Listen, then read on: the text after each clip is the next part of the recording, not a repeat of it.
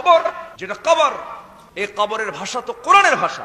কবর রওজা শব্দ কোরআনে নাই। আল্লাহ কোরআনুল কারীমের মধ্যে বলে যে আল্লাযীনা আমানু ওয়া আমিলুস সলিহাতি ফি রাওদাতিল জান্নাত, অর্থাৎ যারা ভালো কাজ করবে রাব্বুল আলামিন তাদের জন্য জান্নাতের বাগান সমূহ রেখেছেন। লাহুম মা ইয়াশাউনা ইনদা রাব্বিহিম, আর রাব্বুল আলামিন তাদেরকে সেখান থেকে যা চাবে আল্লাহ পাক রব্বুল আলামিন তাদেরকে তাই দিবে, এবং এটা রাব্বুল আলামিনের পক্ষ থেকে বড় অনুগ্রহ। আমাদের এই বক্তা সাহেব আব্দুল্লাহ আল আলামিন ভাই তিনি বললেন যে আসলে কোরআনে রওজা শব্দ নাই, অথচ রওজা শব্দ আছে।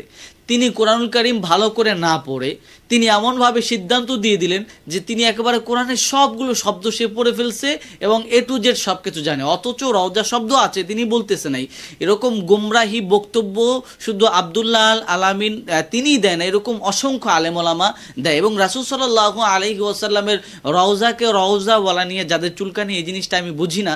বুখারীর সহিহ হাদিসের মধ্যেই আছে যে রাসূল সাল্লাল্লাহু আলাইহি ওয়াসাল্লামকে যেখানে দাফন করা হয়েছে সেখান থেকে নিয়ে মেম্বার পর্যন্ত এই জায়গাটা হচ্ছে গিয়ে রাওজাতুম মির রিয়াজিল জান্নাহ, জান্নাতের বাগান বলা হয়েছে, এবং এই জায়গাটার অনেক ফজিলত বর্ণনা আছে, এটা আপনারা সকলেই জানেন। তো রাসূলের রওজাকে রওজা বললে এখানে কাদের চুলকানি হয় আমি সেই জিনিসটাই জানি না। যারা রওজা বলার বিরোধিতা করে আমার কাছে মনে হয় যে এদের অবশ্যই ইলমের মধ্যে অবশ্যই কমতি আছে এবং উগ্রতা দেখায় তারা এই কাজটা করে, অথবা যারা রওজা বলে তাদেরকে ঠেকানোর জন্য তারা এই কথাগুলো বলে। কোরআন হাদিস তারা যদি ভালো করে পড়তো রওজা শব্দ অবশ্যই তারা পেত। এবার আসুন, আবার অনেকেই আছে যে রাসূল সাল্লাল্লাহু আলাইহি ওয়াসাল্লাম রওজাকে কবর বললে তারা আবার বেয়াদবি মনে করে, এটা কিন্তু ভুল। এটাও আমি পরিষ্কার করে নিচ্ছি, রাসূলের রওজাকে রওজা বলা যাবে, কবরও বলা যাবে। রাসূল সাল্লাল্লাহু আলাইহি ওয়াসাল্লাম কিন্তু বলেছে যে মান হাজ্জা ফাজারা কবরি বাদা মাউতি কানা কামান জারানি ফি হায়াতি, যে আমি দুনিয়া থেকে যাওয়ার পরে যারা আমার কবর জিয়ারত করতে আসবে অবশ্যই তারা যেন জীবদ্দশায় আমার সাথে সাক্ষাৎ করলো। সুবহানাল্লাহ।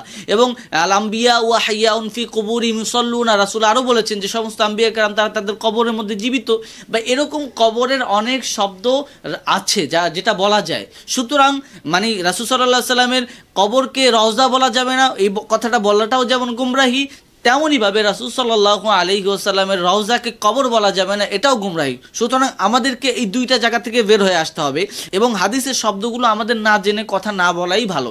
কোরআনে যেটা আছে সেটা আমরা না জেনে কথা না বলাই ভালো। আমাদের মধ্যে যারা বাড়াবাড়ি করে দেখেন অবশ্যই তারা কিন্তু গুমরাহি করে, এজন্য বাড়াবাড়ি করা যাবে না। যেটা আছে সেটা স্বীকার করে নিতে বাধা কোথায়? কবর বলা যাবে, কবর রাসূল বলেছে, তো কবর বললে তো আমার বেয়াদবি হবে না ভাই। রওজা বলা যাবে, যারা রওজা বললে তাদের তো এটা বেয়াদবি হবে না, ভুল হবে না।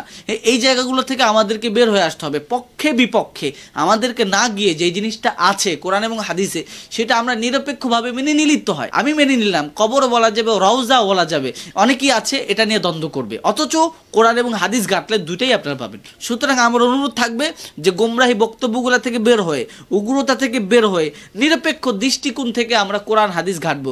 আমরা অনেকেই কোরআন হাদিস এই কারণে ঘাটি যে আমার মতটাকে আরো শক্তপোক্ত করার জন্য, মানে যেটা যেটা আমার সহি মনে হয় বা আমার পক্ষের মনে হয় সেই হাদিসগুলো আমরা নিই। বিপক্ষের এরকম অনেক হাদিস আছে যেটা সহি, কিন্তু আমরা সেটা নেই না, কারণ এটা আমার বিপক্ষে যায়।